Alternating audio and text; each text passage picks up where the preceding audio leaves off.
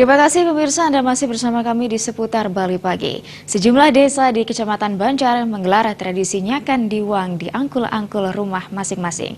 Tradisi yang rutin dilaksanakan setelah Hari Suci Nyepi ini diyakini sebagai simbol melebur dasa male dalam diri.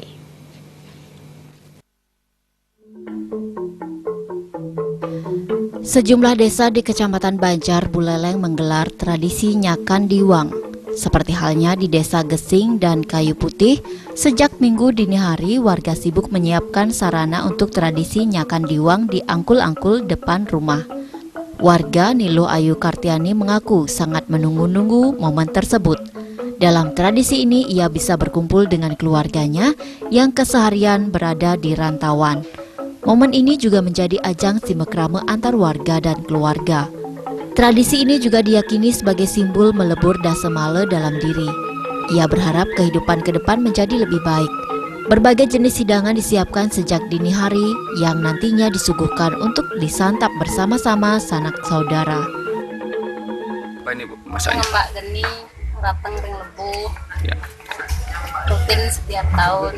Ya, masaknya apa Bu? Ayam betutu, bikin pisang goreng. Terus apa lagi? Itu aja dah. Sama maksudnya. Anak-anak ikut semua Bu ya? Ikut. Ya.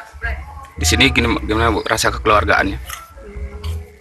Salah satu warga Imade Seputra menuturkan tradisi ini sudah ada secara turun-menurun setiap ngembak geni sehari setelah Nyepi.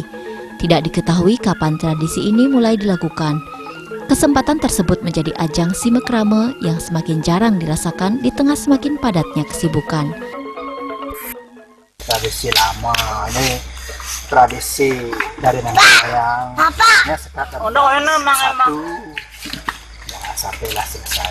Iya. Ya, ada silaturahmi keluarga. Semua masyarakat wajib Pak ya keluar? Ya, Seiring perkembangan zaman, tradisi ini mengalami tantangan. Ada rasa khawatir semakin ditinggalkan, namun pemerintah desa selalu gencar mengingatkan sebelum Nyepi agar warga selalu melestarikan tradisi ini. Sosiawan dan Yuda, Bali TV.